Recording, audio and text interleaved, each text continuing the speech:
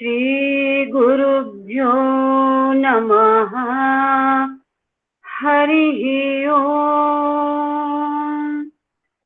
गणानां त्वा गणपतिगुं हवामहे कविं कवीनामुपमश्रवस्तमम् ज्येष्ठराजं ब्रह्मणस्पत आनः शृण्वन् नोतिभिः सीदसादनम्। प्रणो देवी सरस्वती वाजेभिर्वाजिनीवती धीनामवित्रयवतु। गणेशाय नमः। सरस्वत्यै नमः। श्रीगुरुभ्यो नमः। हरिः ओम्। शान्तिः शान्तिः शान्तिः। आप सबको नवरात्रि पर्व की बहुत बहुत मंगल कामनाएं। ये जो पंचम अध्याय में थोड़ा सा संकलन हम जिसका पाठ कर रहे हैं, ये वास्तव में माँ के स्वरूप को स्पष्ट करता है कि माँ का स्वरूप क्या है, माँ कैसी है, कौन है माँ।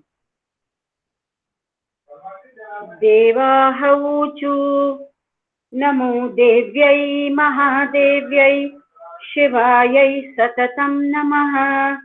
नमः प्रकृत्यै भद्रायै नियताः प्रणताः स्मताम्। रौद्रायै नमो नित्यायै गौर्यै धात्र्यै नमो नमः। ज्योत्स्नायै चेन्दुरूपिण्यै सुखायै सततं नमः। कल्याण्यै प्रणतां विद्यै सिद्ध्यै कुर्मो नमो नमः। नैऋत्यै भूभृतां लक्ष्म्यै शर्वाण्यै ते नमो नमः। दुर्गायै दुर्गपारायै सारायै सर्वकारिण्यै ख्यात्यै तथैव कृष्णायै धूम्रायै सततं नमः।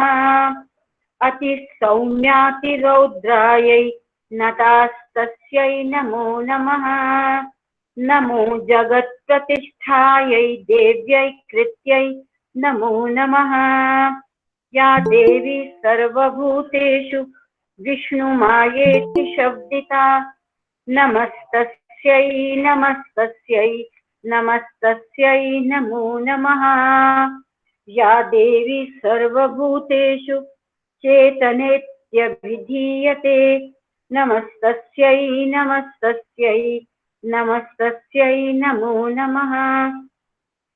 या देवी सर्वभूतेषु बुद्धिरूपेण संस्थिता नमस्तस्यै नमस्तस्यै नमस्तस्यै नमो नमः। या देवी सर्वभूतेषु निद्रारूपेण संस्थिता नमस्तस्यै नमस्तस्यै नमस्तस्यै नमो नमः। या देवी सर्वभूतेषु क्षुधारूपेण संस्थिता नमस्तस्यै नमस्तस्यै नमस्तस्यै नमो नमः। या देवी सर्वभूतेषु छायारूपेण संस्थिता नमस्तस्यै नमस्तस्यै नमस्तस्यै नमो नमः। या देवी सर्वभूतेषु शक्तिरूपेण संस्थिता नमस्तस्यै नमस्तस्यै नमस्तस्यै नमो नमः। या देवी सर्वभूतेषु कृष्णारूपेण संस्थिता नमस्तस्यै नमस्तस्यै नमस्तस्यै नमो नमः।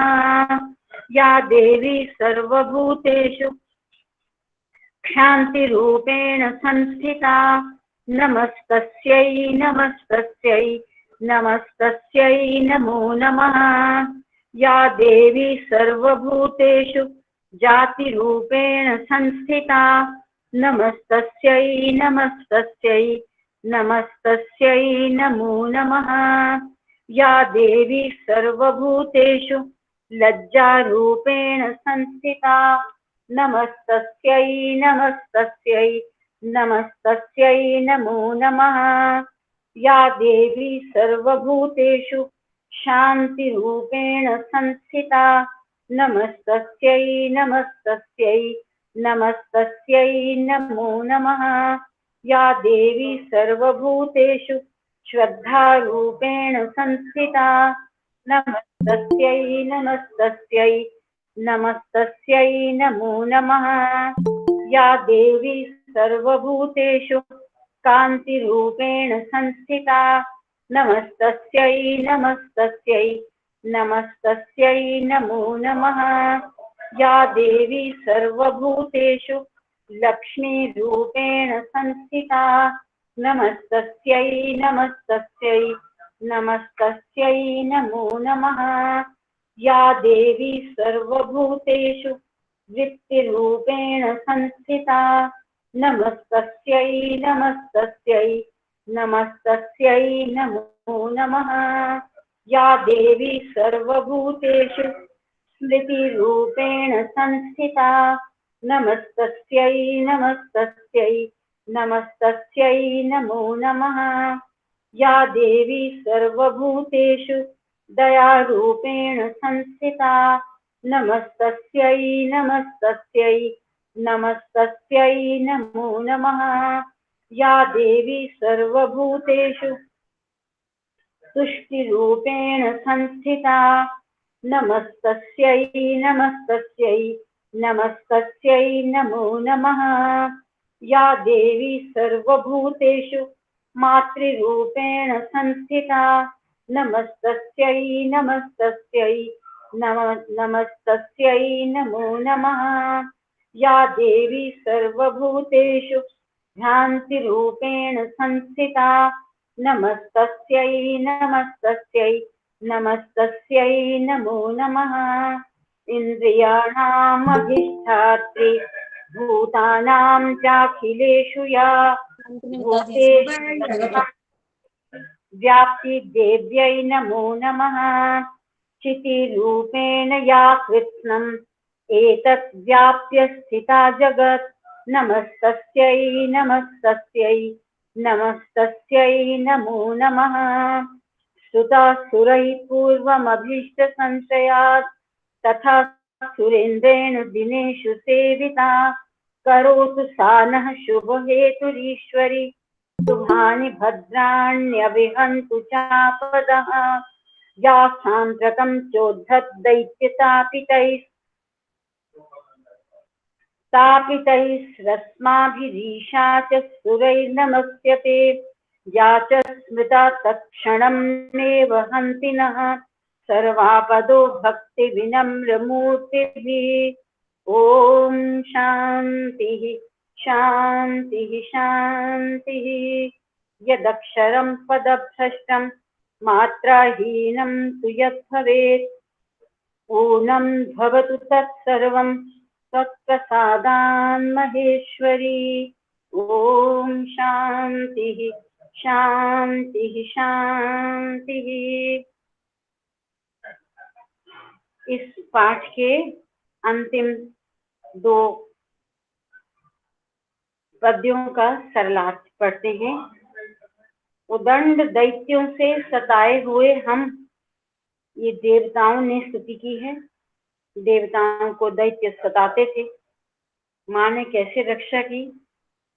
तो देवता कह रहे हैं उदंड दैत्यों से सताए हुए हम सभी देवता जिन परमेश्वरी को इस समय नमस्कार करते हैं तथा जो भक्ति से विनम्र पुरुषों के द्वारा स्मरण की जाने पर तत्काल ही जो व्यक्ति उसकी बहुत भक्ति के साथ विनम्र होकर जो उसकी स्तुति करता है तो तत्काल ही माँ संपूर्ण विपत्तियों का नाश करती है।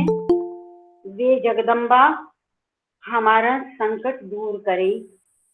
माँ की इस प्रकार से स्तुति की है। बस आज इस स्तुति को बार पुनः पढ़ने से हमारा यही अभिप्राय है कि आज पूरी मानव जाति जो प्राकृतिक आपदा रूपी राक्षसों से सताई जा रही है, तो मां से प्रार्थना करते हैं कि इस संकट से हमें मुक्ति मिले। मैंने इस अंश को पाठांश को शुरू करने से पहले कहा था कि ये माँ का स्वरूप है सारा, कैसी है वो, किन किन गुणों से युक्त है। एक बहुत इम्पोर्टेंट पद्य है, या देवी सर्वभूतेषु चेतना इति अभिधीयते, चेतनेत्यभिधीयते चेतना इति अभिधीयते।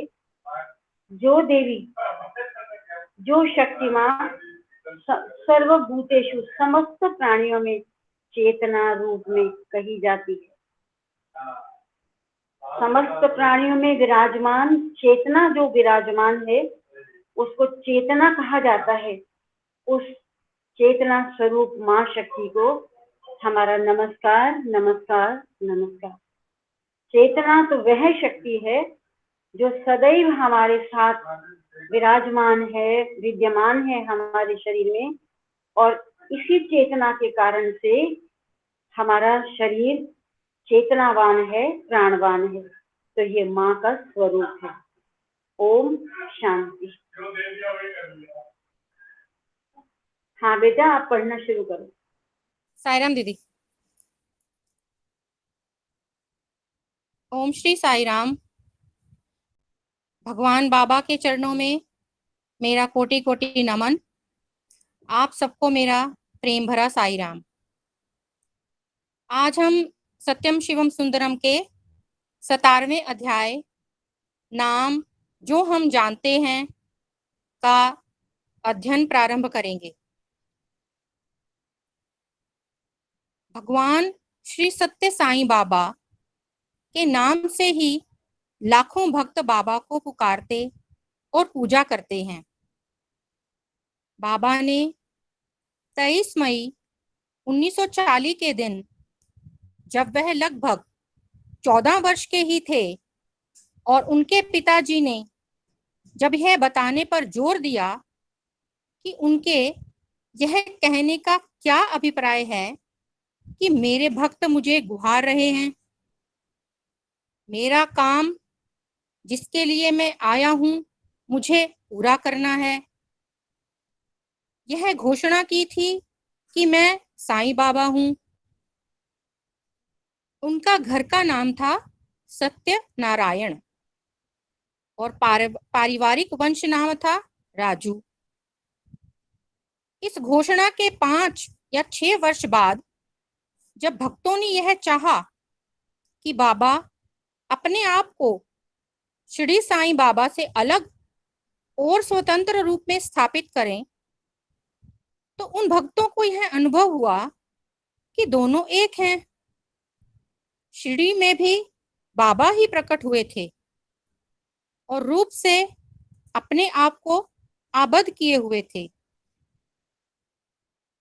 बाबा शब्द मराठी और हिंदी में संतों और आदरणीय आध्यात्मिक पुरुषों के लिए प्रयुक्त होता है। इसका अर्थ पिता, पितामह और वृद्ध सम्मान्य व्यक्ति भी होता है। साईं का संबोधन शिरडी के निकट खंडोबा मंदिर के पुजारी ने बाबा को दिया था, जब वह युवा अवस्था में ही आकर वहां रहने लगे थे। साई का अर्थ स्वामी है और संस्कृत के स्वामी शब्द से बिगड़कर बना है। उर्दू और फारसी में भी इस शब्द का अर्थ फकीर या सन्यासी से होता है, और इन भाषाओं में शायद, शाह, साहिब, साई इसके अनेक रूप हैं। श्री शब्द देवताओं, धार्मिक ग्रंथों और सम्माननीय व्यक्तियों के प्रति आदर व्यक्त करने के लिए उनके नाम के साथ पहले लगाया जाता है। यह शुभ और मंगल सूचक शब्द है, समृद्धि और ऐश्वर्य का प्रतीक है। इस शब्द का प्रत्येक व्यक्ति के नाम के साथ सम्मान व्यक्त करने के लिए भी उपयोग करने का प्रचलन हो गया है। यह व्यक्ति के प्रति सार्वभौमिक रूप में तथा प्रजातांत्रिक रूप में सौभाग्य तथा मंगल कामना सूचक शब्द है, किंतु इसकी एक पराकाष्ठा भी हो गई है। शिष्टता के नाम में उसको कहां तक शिष्टता कहा जा सकता है? मठाधीशों के शिष्य मठाधीशों के नाम के पहले श्री श्री 108 अर्थात 108 बार श्री लिखते हुए उनकी आध्यात्मिक श्रेष्ठता और उनके प्रति अपने सम्मान को व्यक्त करते हैं। भगवान शब्द का अर्थ है जो भग से मुक्त हो। प्राचीन संस्कृत कोशों के अनुसार भय के अनेक अर्थ हैं, जिनमें विशिष्ट हैं पहला ऐश्वर्य, शक्ति से प्राप्त सर्वोपरिता अर्थात प्रभुता। दूसरा वीर्य अर्थात शूरवीरता, पराक्रम। तीसरा यश अर्थात प्रसिद्धि। ज्ञान, विद्या और बुद्धि। पांचवा वैराग्य, सांसारिक बंधनों से उदासीनता और विरक्ति। बाबा का ऐश्वर्य शक्ति से प्राप्त सर्वोपरिता, प्रभुता स्वतः प्रमाणित है। ज्ञान, विद्या और कौशल के अपने अपने क्षेत्रों के पूर्ण अधिकारी और आचार्य जैसे डॉक्टर, वैज्ञानिक, वकील, विधिवेत्ता, इंजीनियर, कलाकार आदि सभी अपने क्षेत्र के बाबा को अपना परम गुरु, सर्वोपरि स्वामी मानते हैं। यश और समृद्धि तो बाबा जहां जाते हैं उनके पीछे चेरी सी लगी रहती है, यद्यपि कि बाबा ने उनकी कभी परवाह नहीं की है। जहां तक वीर्य, ज्ञान और वैराग्य का प्रश्न है, जिन हजारों लोगों को बाबा के सानिध्य का, उनको जानने का सौभाग्य प्राप्त हुआ है, वे जानते हैं कि बाबा इन गुणों और विशेषताओं की अलौकिक साक्षात मूर्ति हैं। बंबई में 1968 में हुए विश्व सम्मेलन के अवसर पर बाबा ने कहा था, पूर्ण अवतारों के प्रति जो भक्ति और विश्वास था, वह कुछ तो लोगों में व्याप्त भय और भय मुक्त श्रद्धा के कारण था, और कुछ अद्भुत अलौकिक दैविक शक्तियों के कारण था। इस सत्य को साईं अवतार ने इस सत्य साईं अवतार ने इन सभी उपकरणों को जाना है। फिर भी आज इस अवतार को घोर नास्तिकता, अश्रद्धा, अविश्वास, भौतिकता, स्थापित जीवन मूल्यों और सांस्कृतिक विशिष्टताओं को जीवन घातक और त्याज्य समझने के संकीपन तथा अपमानजनक आकाम की प्रवृत्तियों से भरे इस युग में भी संसार के हर भाग से श्रद्धा, सम्मान और भक्ति प्राप्त है।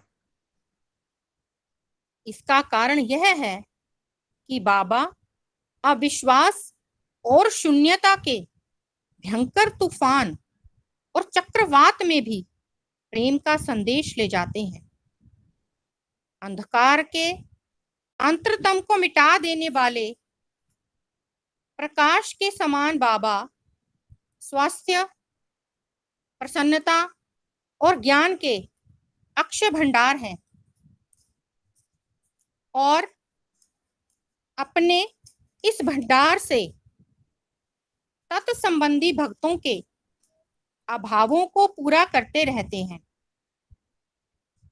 किंतु सदा ही यश अपयश, हर्ष शोक, लाभ हानि से सदा ऊपर, अप्रभावित और निर्लिप्त हैं।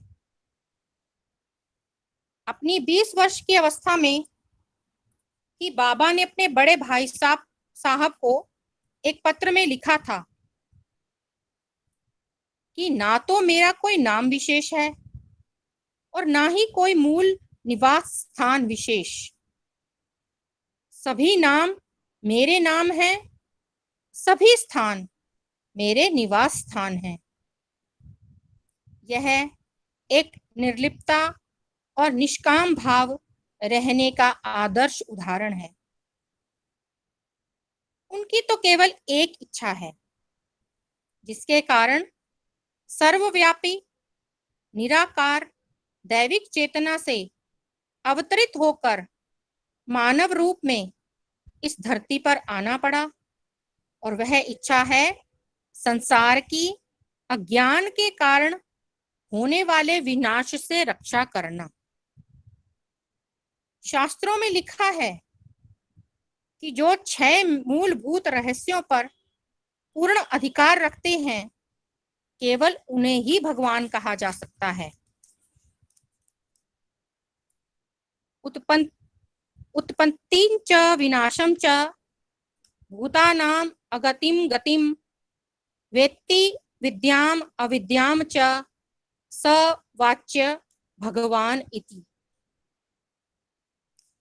जो संसार के सभी प्राणियों की उत्पत्ति और विनाश के रहस्य को जानता है, जो सबके जीवन के भाग्य अभाग्य संपूर्ण घटनाओं के रहस्य को जानता है, और जो अविद्या के रहस्य को जानता है, वही भगवान कहलाता है। यह बिल्कुल स्पष्ट और निर्विवाद रूप से स्थापित हो जाता है कि उपरोक्त परिभाषा बाबा पर कितनी सार्थकता से सही बैठती है। बाबा ने एक बार आर्नल्ड शुल्मन से कहा था, मैं तुम्हारा अतीत जानता हूं, मैं तुम्हारा भविष्य जानता हूं, इसलिए मैं जानता हूं कि तुम्हें क्या कष्ट है, क्यों है, वह कब और कैसे दूर होगा।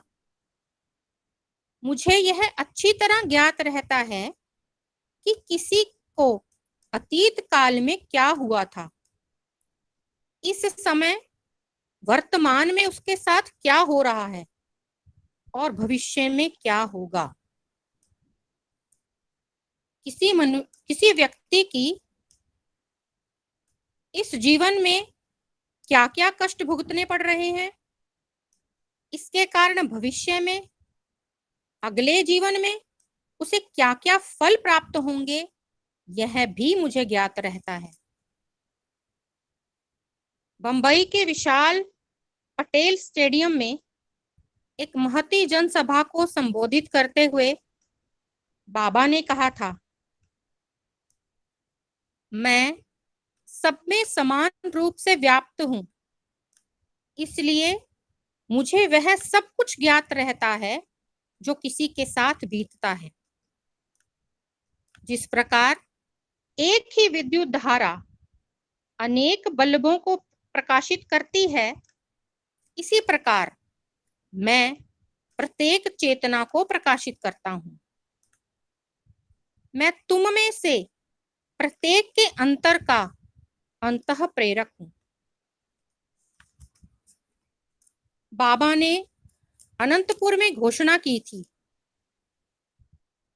यदि संपूर्ण सृष्टि के 14 लोग एक साथ मिलकर अपनी पूरी शक्ति और संकल्प के साथ मेरे उस कार्य को, जिसके लिए मैंने अवतार लिया है, रोकना या उसमें बाधा डालना चाहें, तो भी कुछ नहीं बिगाड़ सकते।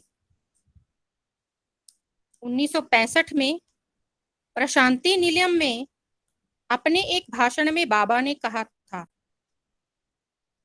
इसके पूर्व किसी भी अवतार ने यह नहीं किया।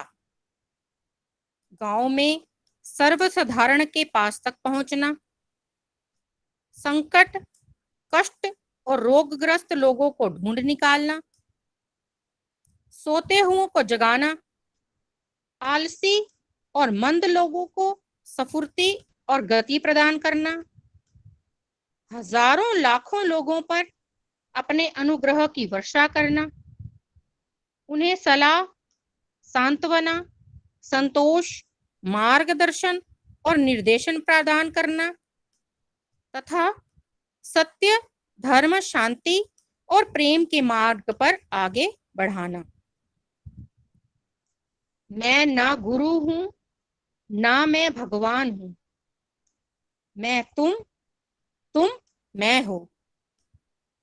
यह सत्य है और तुम इसकी अनुभूति लक्ष्य तक पहुंच जाने पर कर सकोगे। मैं महासागर हूं, तुम उस महासागर की लहरें और तरंगे हो।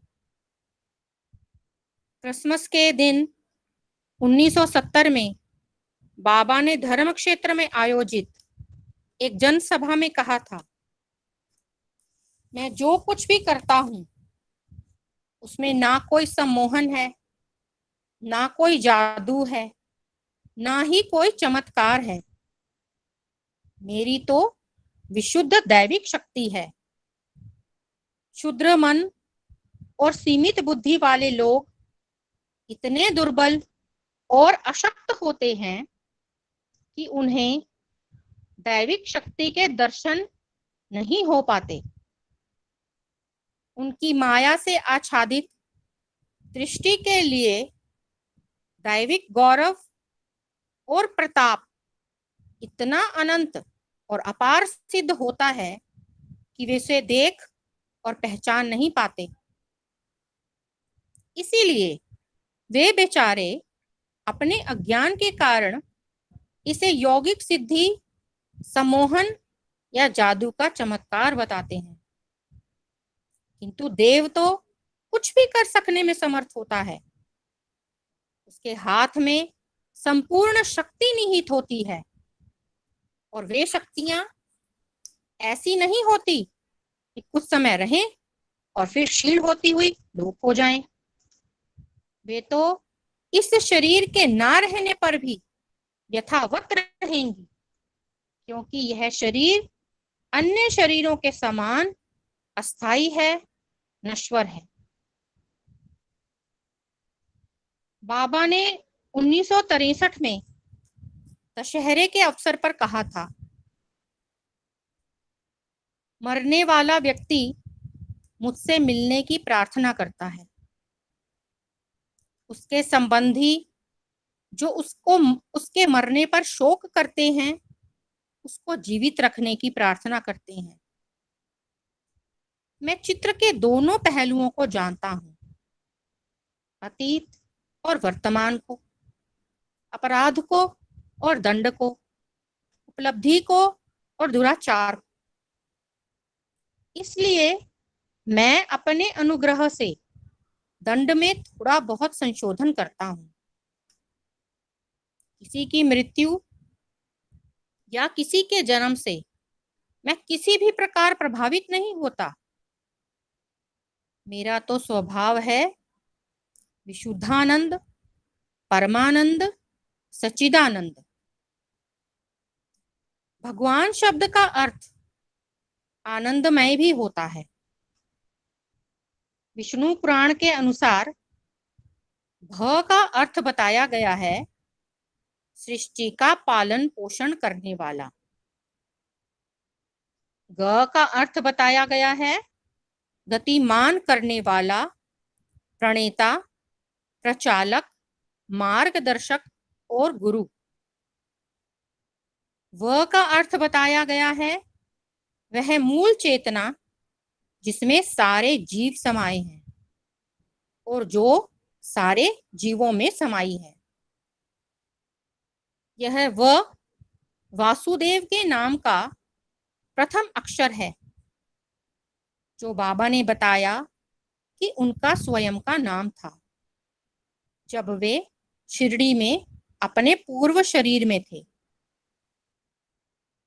गुणाजी ने शिरडी बाबा की जीवनी के पृष्ठ 103 में लिखा है कि बाबा ने कहा था कि वह सर्वव्यापी है। जल, वायु, अग्नि, पृथ्वी, आकाश और वह किसी भी सीमा से आबद्ध नहीं है। बाबा ने यह भी कहा था कि मैं सर्वदा सर्वत्र निवास करता हूँ, हर कहीं हर घड़ी मौजूद रहता हूँ। न मेरा कोई रूप है और ना ही मुझे कहीं प्रवेश करने के लिए किसी प्रवेश द्वार की आवश्यकता होती है। इस अवतार में भी बाबा रमणाश्रम में स्वामी अभेदानंद के बंद कमरे में प्रकट हुए और उनमें प्रकाश और आशा का संचार कर आध्यात्मिक मार्ग पर आगे बढ़ने के लिए प्रोत्साहित किया और उन्हें अपने शिष्य के रूप में स्वीकार किया। बंगलौर में एक ऑपरेशन थिएटर के बंद कमरे में जब उनके एक भक्त की किसी ग्रंथि का ऑपरेशन चल रहा था, उसको आशीर्वाद और आश्वासन देने के लिए वहां प्रकट हुए थे। संस्कृत के अन्य प्राचीन ग्रंथों में भी भगवान की परिभाषाएं दी गई हैं। शरणागति गद्य के अनुसार भगवान वह है जो अपरिमित आनंद हो, जिसके आनंद की कोई सीमा नहीं होती। वह परमानंद जो इस सृष्टि में सबको पुरस्कृत करता है। उसी गद्य में यह भी कहा गया है कि भगवान को संपूर्ण सृष्टि के रहस्यों का अपरिमित ज्ञान होता है। प्रकृति की संपूर्ण शक्तियों पर उनका आधिपत्य होता है। उनमें अपार शक्ति, वैभव, शील, भिन्नता, मृदुता, दया, करुणा, प्रेम, धैर्य, वीर्य, शौर्य, उत्साह, साहस, सहन, दया, उदारता, कौशल, चतुरता, विपुणता, दक्षता, दृढ़ता, गंभीरता आदि समस्त दैविक गुण होते हैं।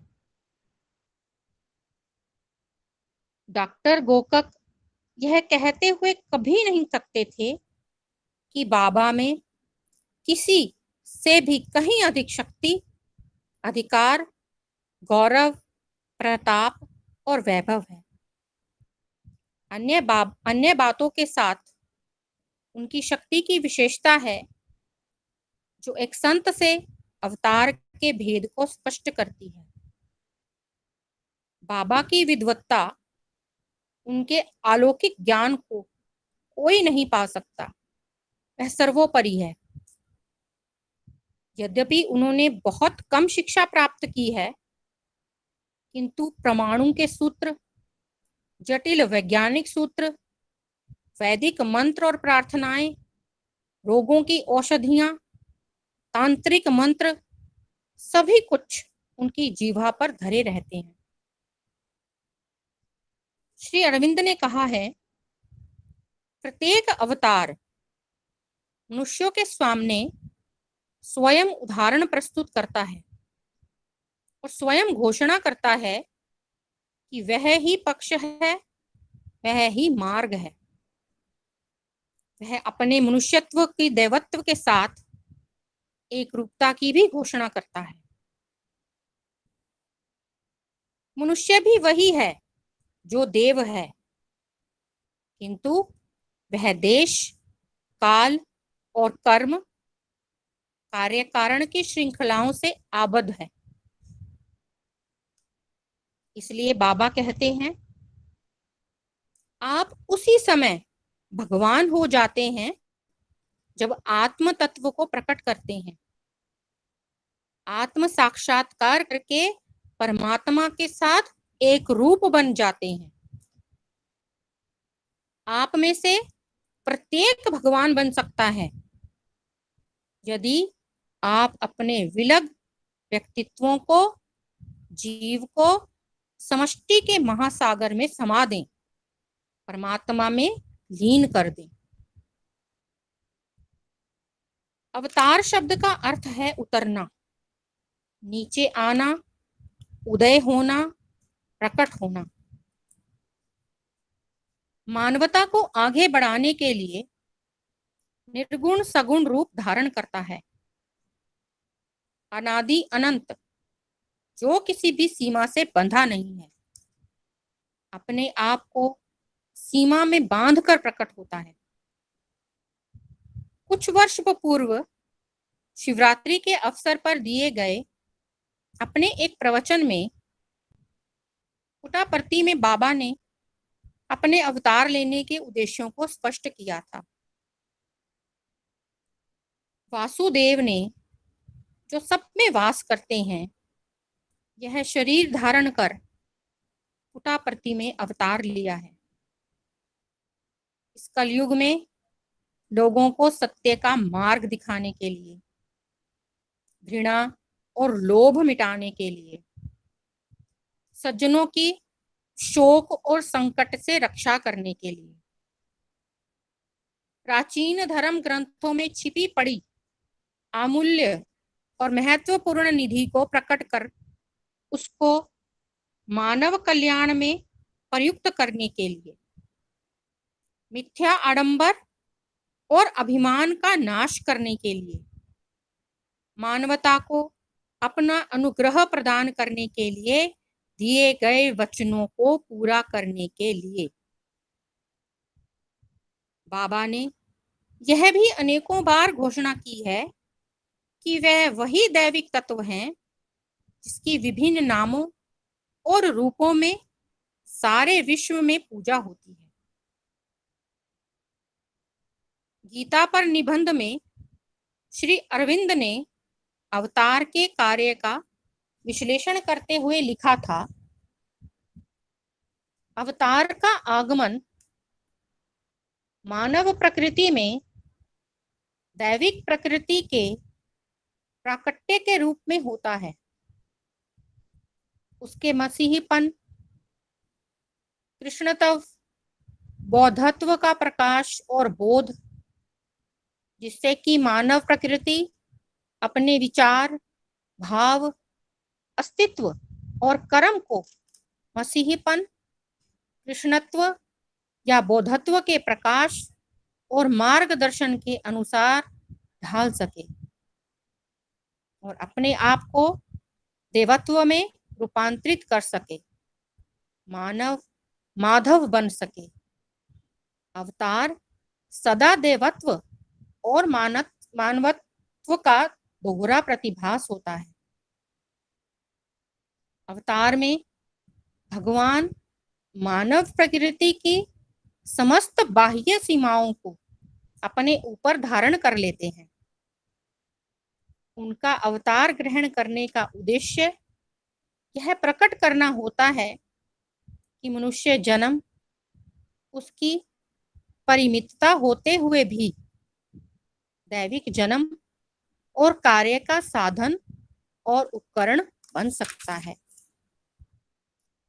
इस संदर्भ में याद आते हैं वे शब्द जो बाबा ने शुलमन से कहे थे, यदि मैं 4 भुजा सहित नारायण के रूप में आता तो लोग मुझे सर्कस में बंद कर देते और मेरे दर्शन के लिए टिकट लगा देते। यदि मैं अन्य असामान्य लोगों के रूप में आता तो मेरी कौन सुनता। इसलिए मुझे इस मानव रूप में तो आना पड़ा, किंतु मानव ज्ञान और मानव शक्ति से अधिक ज्ञान और शक्ति के साथ। अपने जन्म दिवस के अवसर पर 1971 में बाबा ने अपने भाषण में अवतार के रहस्य के संबंध में बहुत ही सरल शब्दों में कहा था, आप में से प्रत्येक एक अवतार है, आप भी भगवान हैं, मेरी तरह मानव शरीर के रक्त मांस मज्जा में आबद्ध। केवल इतना है कि आप स्वयं इससे अनभिज्ञ हैं, इस सत्य से परिचित नहीं हैं। आप इस बंधन में अपने अनेकों पूर्व जन्मों के कर्म फलों के कारण आए हैं, किंतु मैंने यह नश्वर मानव देह अपनी स्वतंत्र स्वेच्छा से धारण की है।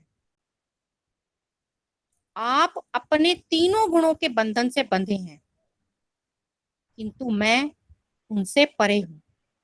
साईं और तीनों साईं दीदी। हाँ, बस इतना याद रखना, फिर पढ़ेंगे, ठीक है, टाइम हो गया। ठीक ठीक ठीक बहुत दीदी। सुंदर, साईं बहुत सुंदर। जी साईं। हाँ, साईं राम। आज का पाठ हमने सुना, ये सबसे अंतिम चैप्टर है, नाम जो हम जानते हैं। स्वामी के आने का उद्देश्य, स्वामी क्या है, अगर भगवान है तो क्यों है, इत्यादि बिल्कुल क्रिस्टल क्लियर कर दिया एक एक शब्द से कि वो क्यों अति मानव है। वो साधारण मानव नहीं है, वो केवल मानव शरीर धारण करके आया हुआ दिव्य स्वरूप है। और क्योंकि समय तो कम ही रहता है, मैं आज इसमें जहां से ये चैप्टर शुरू होता है, नाम जो हम जानते हैं, इसमें 1940 के दिन जब वह लगभग 14 वर्ष के ही थे और उनके पिताजी ने जब यह बताने पर जोर दिया कि उनके ये कहने का क्या अभिप्राय है कि मेरे भक्त मुझे गुहार रहे हैं, मेरा काम जिसके लिए मैं आया हूँ मुझे पूरा करना है, ये घोषणा की थी कि मैं साईं बाबा हूँ। उनका घर का नाम हम सब जानते हैं, सत्यनारायण, और पारिवारिक ये उनका राजू वंश है, तो राजू साथ में सत्यनारायण राजू। इस घोषणा के 5-6 वर्ष के बाद जब भक्तों ने ये कहा कि बाबा अपने आप को शिरडी साईं बाबा से अलग और स्वतंत्र रूप में स्थापित करें, तो उन भक्तों को ये अनुभव हुआ कि दोनों एक ही हैं। शिरडी में भी बाबा ही प्रकट हुए थे और रूप से अपने आप को आबद्ध किए हुए थे। बाबा शब्द के बारे में मैं आपसे शेयर करना चाहूंगी। बाबा शब्द मराठी और हिंदी में संतों और आदरणीय आध्यात्मिक पुरुषों के लिए प्रयुक्त होता है। ये हमने सारा पढ़ा, क्योंकि हमारी ये परंपरा है हमारे समाज की कि जो वृद्ध होते हैं घर में, जैसे दादा, उनके लिए बाबा शब्द का प्रयोग कर देते हैं। कोई भी वयोवृद्ध हो उनके लिए बाबा शब्द का प्रयोग करते हैं, संतों के लिए भी बाबा शब्द का प्रयोग करते हैं, इत्यादि इत्यादि। अब ये जो 108 नामावली में सबसे पहले शब्द आता है ओम भगवान श्री सत्य साई बाबाय नमः। तो मैं जब से 108 नामावली का पाठ करने लगी, तो क्योंकि ये सारा पाठ विशुद्ध संस्कृत में है, और जब ये पहला ही मंत्र है बाबाय नमः, तो मेरे मन में थोड़ा सा ये एक संदेह होता था कि भाषा की दृष्टि से ये शब्द जो प्रचलित हुआ है, अगर ये संस्कृत भाषा है तो बाबा ये नहीं बनना चाहिए। बाबा संस्कृत व्याकरण के अनुसार जो आकारांत शब्द होता है, जैसे लता, मेधा, रूपा, सुगंधा, ऐसे वसुंधरा, ऐसे जो शब्द होते हैं ये आकारांत, इनके आखिर में आ होता है, कृष्णा, ये स्त्रीलिंग होते हैं, फेमिनिन। तो ये इनका जब शब्द बनेगा अलग तरीके से बनेगा, और जो पुल्लिंग होता है, जो जेंडर होता है, जैसे राम, कृष्ण, देव, इनका रूप अलग तरीके से बनेगा। ये मेरी जिज्ञासा व्यक्तिगत रूप से मैं भगवान से क्षमा मांगे और आपके साथ में डिस्कस कर रही हूँ। अभी कुछ दिन जब मैं बिल्कुल शुरू में आई तो ये प्रिय डॉक्टर सत्यकाम की पूज्य माता जी, उनसे भी मैंने बात की। मैंने उनसे भी कहा, दीदी ये शब्द मुझे उच्चारण करते हुए थोड़ा मुझे अनुचित लगता है, बाबा ये तो नहीं बनना चाहिए। तो उन्होंने मुझे जवाब दिया, हाँ मैं भी ऐसे ही करती हूँ, मैं इसको नाथाय कर देती हूँ। तो मैं बहुत बार इस शब्द का प्रयोग करती हूँ, ओम भगवान श्री सत्यसाई नाथाय नमो नमः। लेकिन अभी फिर जब हम निरंतर 1 साल से ये 108 नामावली का पाठ कर रहे हैं, तो फिर मैंने सत्यकाम जी से भी बात की, ऐसे है ये शब्द कैसे प्रयोग करें। तो हम दोनों, कभी हम नाथाय बोलते हैं, कभी हम बाबाय बोलते हैं। लेकिन इन दिनों में जो मेरे मन में विचार आया, मैं आप लोगों से शेयर कर रही हूँ कि अगर हम संस्कृत भाषा के अनुसार बाबा के लिए नमस्कार अगर हम शब्द का प्रयोग करें, हिंदी में तो ठीक है बाबा, बाबा नमः कह दिए, फिर बाबा या नहीं कहना चाहिए। और अगर फिर इसको बाबा, क्योंकि ये स्त्रीलिंग में होता है, तो बाबा यही नमः, इस तरीके से भी उच्चारण शुद्ध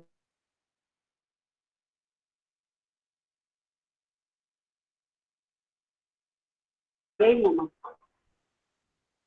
खैर जैसे भी उच्चारण करें, भगवान तक हर हमारी पुकार जाती है, हर शब्द उसी के चरणों तक पहुंचता है।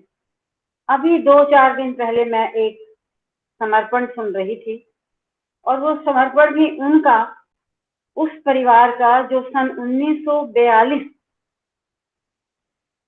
से भगवान से जुड़े, और वो बेंगलोर के कोई 8-9 परिवार थे बस, और एक ही परिवार, भाई, दादा, भाई, उनके बच्चे, सभी ऐसे कर।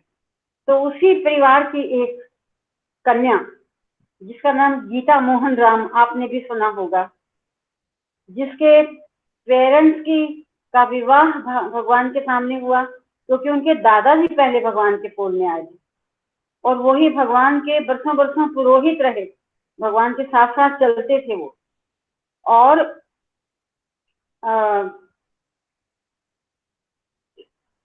उनके इसके पेरेंट्स का विवाह हुआ, फिर ये कन्या का जन्म हुआ, भगवान ने इसका नाम गीता रखा, और फिर भगवान के आदेशानुसार ये आजकल अमेरिका में है। इनके समर्पण बहुत सुंदर सार्थक होते हैं, और वे अनुभव होते हैं जो बाल भाव से, जो बच्चे रूप में उन्होंने स्वामी की गोदी में बिताए। तो फिर धीरे धीरे भगवान ने उनकी शादी कर दी, मैच्योर हो गई, वो पढ़ लिख लिया। फिर उनके 2 ट्विंस बच्चे हुए। वो बता रही थी कि जब मैं इंडिया आई तो मेरे दोनों बच्चों को बाबा पूछते हैं, देखिए फिर भगवान ने कैसे कि मेरी जिज्ञासा शांत की। दोनों बच्चों से पूछते हैं कि मेरा नाम क्या है, तो उन्होंने कहा बाबा साई बाबा। अच्छा बाबा का क्या अर्थ है? तो उन्होंने, बच्चों ने जो भी कहा, मुझे याद नहीं आ रहा शायद, लेकिन स्वामी ने देखो क्या क्या कहा कि बाबा का अर्थ है बी अवेयर, बी अलर्ट। 3-4 बार गीता मोहन राम ने इस शब्द को दोहराया कि बाबा शब्द का अर्थ है बी अवेयर और बी अलर्ट। किस बारे में अवेयर होना? अपने बारे में। किस बारे में अलर्ट होना? अपने बारे में। और ये अलर्ट और अवेयर शब्द हमें अलर्ट और अवेयर कहाँ से करते हैं? जहां से हम अपने मन को गलत वृत्तियों से, भावों से भरते हैं। बस वही अलर्ट होने की और अवेयर होने की जरूरत है, और यहीं से हमारा दृष्टा भाव जागृत होता है। ये मुझे बाबा का बहुत सुंदर अर्थ समझ में आया और इसीलिए मैंने आपसे इसको शेयर किया। लेकिन अभी भी जब मैं इसको उच्चारण करती हूँ तो भगवान तो देखिए शिव पार्वती दोनों रूप है, इसलिए मैं उनको बाबा यही करके अब संबोधन करती हूँ, कर लेती हूँ, लेकिन मैं बाबा ये नहीं करती, बाबा यही करती हूँ। फिर बाबा ने कहा अच्छा साई का क्या अर्थ है? तो फिर बच्चों ने साई का अर्थ बताया, एस का अर्थ बताया, सी और ए का अर्थ बताया, सी ऑल, और साई और इन का बताया इन मी। सबको मुझ में देखो, मुझ में मीन्स साई, ऑल, इन, मी आगे पूरा कर दिया, साई ऑल इन मी कहने से अभिप्राय सब में साई को देखो, सब में। तो फिर कोई भेद दृष्टि, कोई परस्पर गैरत की भावना नहीं रहती। उसी बात को हम अलग अलग शब्दों में पढ़ते हैं कि सब में एक ही आत्मा विराजमान है, और स्वामी ने अपने नाम के शब्दों से इस बात को क्लियर कर दिया। तो इसलिए जब भी हम उच्चारण करते हैं, हम साईं बाबा का यही अर्थ अपने भाव में रखते हुए हम इस शब्द का उच्चारण करें। इस चैप्टर का एक एक शब्द पढ़कर और विचार करने योग्य है। फिर इसको हम आगे जैसे ही समय मिलता है हम करेंगे। समय ज्यादा ले लिया, और अब मैं आज की साधना को स्पष्ट करने के लिए अपनी बहन जनक नरोला जी को आमंत्रित करती हूँ। साई राम। ओम श्री साई राम। भगवान बाबा के पावन चरणों में मेरा कोटिशय प्रणाम, और आप सब के हृदय स्थित भगवान को मेरी प्रेम भरी साई राम। आज हम साधना आराधना महोत्सव के 21वें दिन में प्रवेश कर चुके हैं, और आज का जो संदेश है वो है आत्म भक्ति। आज हमें निश्चितता के साथ ये जानना है कि हम चेतन जगत के प्राणी हैं, और इस सर्वव्यापी चेतना के प्रकाश से ही अपना आवश्यक और सामान्य कार्य संपादित करते हैं। ये चेतना सदैव हमारे चारों ओर घिरी रहती है, स्पर्श करती है, निर्देशित करती है और प्रेम भी करती है। चेतना की यह आभा सामान्य आंखों से नहीं दिखती, परंतु ये सर्वव्यापक, करुणामयी, भावनापूर्ण, तर्कमय और बुद्धिमत्तापूर्ण होती है। चेतना की यह आभा हम में से प्रत्येक के अंदर भी विद्यमान होती है। साथ ही हमारे चारों ओर स्थित प्राणियों, वस्तुओं, सजीव और निर्जीव सब कुछ को यह चेतना ढके रहती है। ये झिलमिल प्रकाश ही हमारा और सृष्टि के समस्त प्राणियों का शाश्वत सत्य है। चेतना हमारी जीवनदायिनी शक्ति है, और यही शक्ति हमारा सत्य है।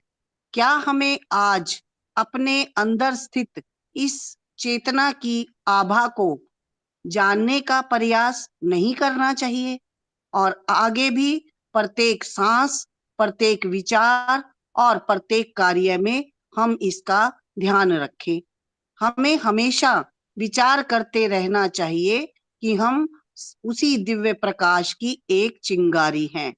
यदि हम सतत चेतना को याद रखने का अभ्यास करें तो हम अपने आत्म दैवत्व को भी समझते जाएंगे।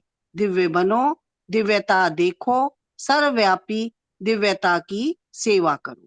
और आज का जो संदेश, मौखिक संदेश है, वो ये है, भगवान बाबा कहते हैं कि हमारा जीवन एक देवालय के समान है।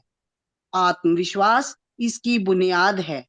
इसकी दीवारें आत्म संतुष्टि से बनी हैं और उसका शिखर है आत्म त्याग। इस देवालय में बसने वाले ईश्वर दर्शन को ही आत्म प्राप्ति या मोक्ष कहते हैं। साधना आराधना महोत्सव के आज 3 सप्ताह पूरे हो रहे हैं। पहले सप्ताह में आत्मविश्वास की ओर हमारी यात्रा केंद्रित रही और हमने प्रयास किया है कि हम अपने हृदयवासी ईश्वर के संग कुछ समय बिताएं और एक सुंदर संवाद की भी शुरुआत हुई। भगवान के साथ एक सुंदर संवाद की शुरुआत हुई। दूसरे 7 दिनों में हमारी साधना की दिशा रही आत्म संतुष्टि की तरफ।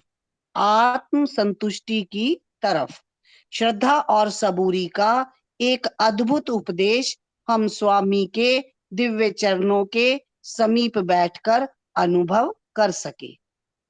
श्रद्धा और सबूरी का एक अद्भुत उपदेश हम स्वामी के दिव्य चरणों के समीप बैठ करके अनुभव कर सके।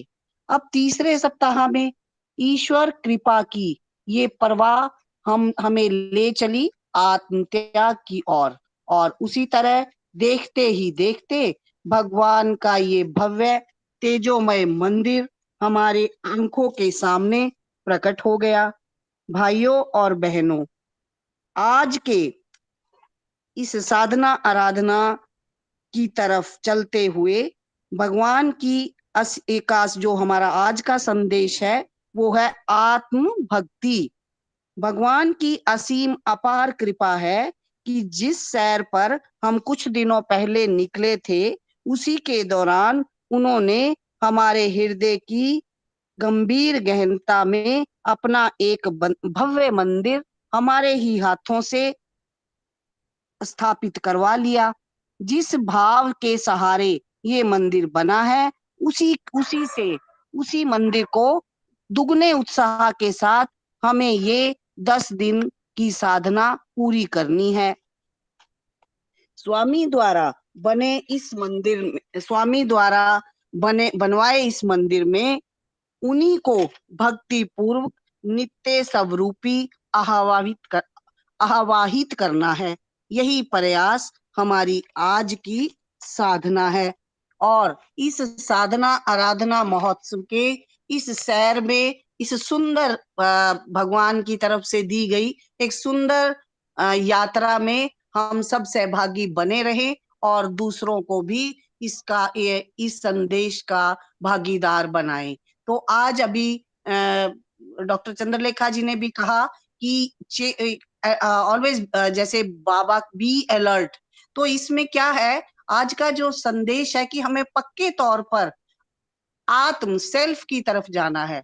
बार बार यही दोहराया गया कि सेल्फ भक्ति होनी चाहिए और इसमें क्या है कि हम चेतन जगत के प्राणी हैं और ये जो सर्वव्यापी चेतना है इसी को हमने इसी प्रकार से ही हमारा जो अपना आवश्यक और जो भी सामान्य कार्य हम दुनिया में करते हैं ये चेतना हमेशा हमारे चारों तरफ रहती है, हमें स्पर्श भी करती है, निर्देशित भी करती है और हमसे प्रेम भी करती है। चेतना की ये जो चमक है, आभा जो है, इसका जो सौंदर्य जो है सामान्य आंखों से नहीं दिखती। ये तो सर्वव्यापक, करुणामयी, भावनापूर्ण, तर्कमय और बुद्धिमता से पूर्ण भरी हुई होती है। चेतना की ये आभा हमारे प्रत्येक के अंदर है। ये जो चमक है, आभा है, जो ग्लोरी है इसकी, ये हम सब में विद्यमान होती है। सभी, चाहे कोई प्राणी है, कोई वस्तु है, कोई चाहे कोई सजीव है या निर्जीव है, सब कुछ ये चेतना ढके रहती है। और ये झिलमिल प्रकाश ही, ये जो इसका झिलमिलाता हुआ जो प्रकाश है, टिमटिमाता हुआ, और हमारा और सृष्टि के समस्त प्राणियों का यही यूनिवर्सल ट्रुथ है। चेतना जो है यही हमें जीवन देने वाली एनर्जी है, शक्ति है, और यही शक्ति हमारी हमारा ट्रुथ है, हमारी सच्चाई यही शक्ति है जो हमारे चारों तरफ, हमारे जीने में, हमारे चारों तरफ अपनी आभा फैलाए हुए है। यही हमारी सच्चाई है। क्या आज हमें उसी अपने अंदर स्थित इस चेतना की आभा को, इसकी ग्लोरी को, स्वर्णिम ग्लोरी को जानने का एफर्ट नहीं करना चाहिए, कोशिश नहीं करनी चाहिए? और आगे भी प्रत्येक सांस, जब भी हम जब भी हम श्वास अगले में लेते हैं, अगले पल लेते हैं, प्रत्येक कोई भी विचार हम सोचते, कोई भी विचार हमारे दिमाग में आता है, कोई भी एक्शन करते हैं, कार्य करते हैं, तो हम इसके प्रति अलर्ट हो जाएं और ध्यान रखें। हमें हमेशा ये विचार करते रहना चाहिए कि हम उस डिवाइन लाइट की एक चिंगारी हैं, उसी की एक तरंग है हम। और यदि हम लगातार, सतत लगातार इस चेतना को याद रखने का अभ्यास करेंगे, तो हम अपने आत्म दैवत्व को भी समझते जाएंगे और तभी हम भी डिवाइन है। वो जो चेतना है हमारे अंदर भी है, सामने वाले के अंदर भी है और इस पूरे ब्रह्मांड में भी है। तभी हम एकत्व भाव से, समत्व भाव से अपने में देखेंगे डिविनिटी, दूसरे में देखेंगे और इस पूरे ब्रह्मांड, पूरे सृष्टि में देखेंगे कि ये उसी डिवाइन का रूप है। फिर हमारे मन से काफी हद तक नेगेटिविटी, आसान नहीं है, मानते हैं इस बात को कि संसार में नेगेटिविटी को एकदम से उठा करके फेंक नहीं सकते, लेकिन भगवान ने हमें सुंदर यात्रा पे चलाया है और धीरे धीरे वो कैसे हमने अपने नेगेटिव विचारों से दूर रहना है उसके तरीके बता रहे हैं। सुंदर सुंदर फूल रोज एक मिलता है हमें, एक क्वालिटी मिलती है जिसको कि हम अपने जीवन में अपना करके और हम उस डिवाइन पथ के गोल डेस्टिनेशन तक हम पहुंच जाए। ओम श्री साई राम। ओम साई राम। जहाँ से आज का पाठ प्रारंभ किया था वहीं पर अंत हुआ है। या देवी सर्वभूतेषु चेतनेत्यभिधीयते, नमस्तस्यै नमस्तस्यै नमस्तस्यै नमो नमः। जो देवी समस्त प्राणियों में चेतना रूप में विराजमान है, उसको हमारा नमस्कार है, नमस्कार है। बस उस चेतना स्वरूप के प्रति जागरूक होना है, यही आत्मभक्ति है। समस्त लोकाः सुखिनो भवन्तु, समस्त लोकाः सुखिनो भवन्तु, समस्त लोकाः सुखिनो भवन्तु। ओम शांतिः शांतिः शांतिः। जय बोलो भगवान श्री सत्य साई बाबा जी की जय। ओम साई राम। आप सबको सप्रेम सादर